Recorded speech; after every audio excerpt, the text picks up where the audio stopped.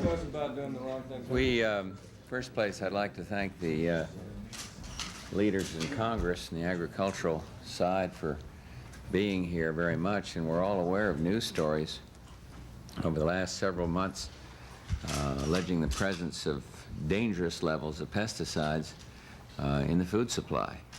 And last March, those news stories focused on pesticide allergen in apples, and more recently there were several news stories on EDBC, pesticide used on fruits and vegetables.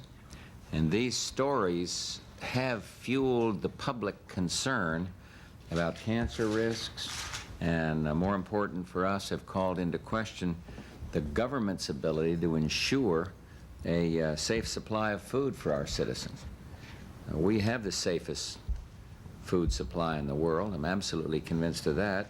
We're going to keep it that way. And it is true that some of the public's perception is based on valid concerns about the government's slow and cumbersome process for removing pesticides from the market.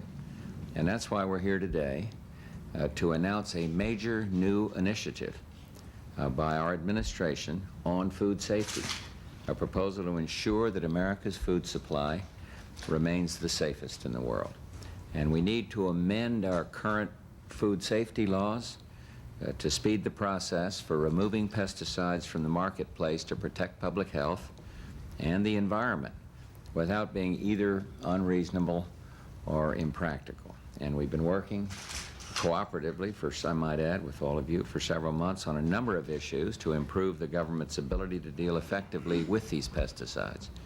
And the proposals that we have set before you represent a consensus carved out after several months of discussions.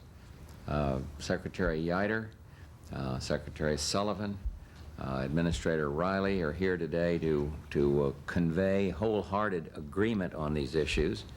I've asked the leaders of Congress here from the congressional committees whose committees do have jurisdiction over food safety to join us today at this announcement.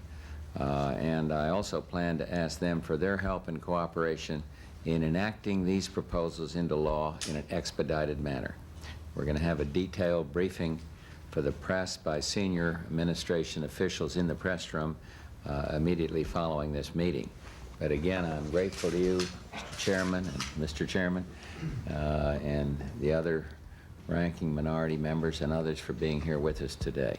Thank you very much for coming, and thank you all, and then we will now have a little discussion about this.